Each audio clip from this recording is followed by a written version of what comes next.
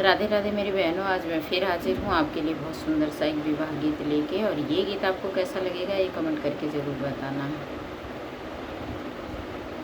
मोरे पीछावर मारे सोनारा छोकरावा, अरे सोनारा छोकरावा, सोनारा बहुत निक लागै रे ललनामा, अरे सोनारा बहुत निक लागै रे ललनामा।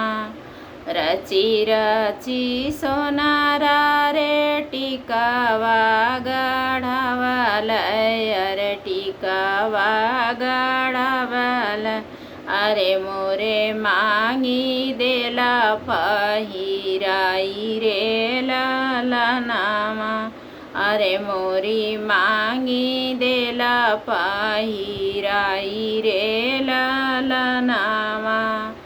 कई पैसा सोनारा हो टीका क गढ़ैया, अरे टीका क गढ़ैया, अरे कई पैसा टिकावा क मूल रे ललनामा, अरे कई पैसा टिकावा क मूल रे ललनामा। नाही हमले बैरानी रुपिया पैसावा, अरे रुपिया पैसावा, अरे नाही एक दिन आई से जरिया रे ललनामा, अरे एक दिन आई से जरिया रे ललनामा।